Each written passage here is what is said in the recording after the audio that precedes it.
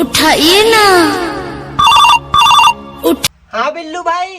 करे माल वाल नाम के का हमने खत्म पैसे नहीं होता है। बिल्लू भाई माल तो पहुँचावे जाते हैं लेकिन पुलिस दौड़ा लेता है। अरे ही खाली तो कादरे विदेश भाग गया ही बार बार तोरे पीछे पुलिस पड़ी रहा था लेकिन सारे तो कोई एकदम सुनत ना है। तुम का होता बढ़िया पैसे कमाते हैं। बिल्लू भाई क्या बताए।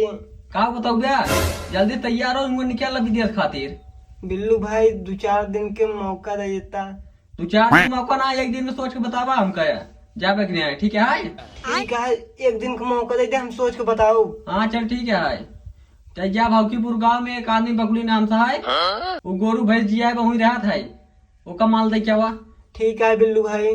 हाँ ठीक है जल्दी जा माल दे दे बच के जा। ठीक बा ठीक बा।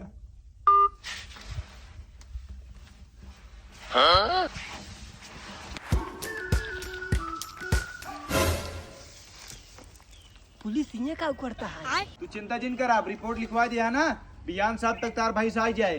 ठीक है हाई ठीक है साहब। एक कागज हम कभी ना पड़े तो रखी है पूछताछ करे बिना। ठीक बा। ला ठीक है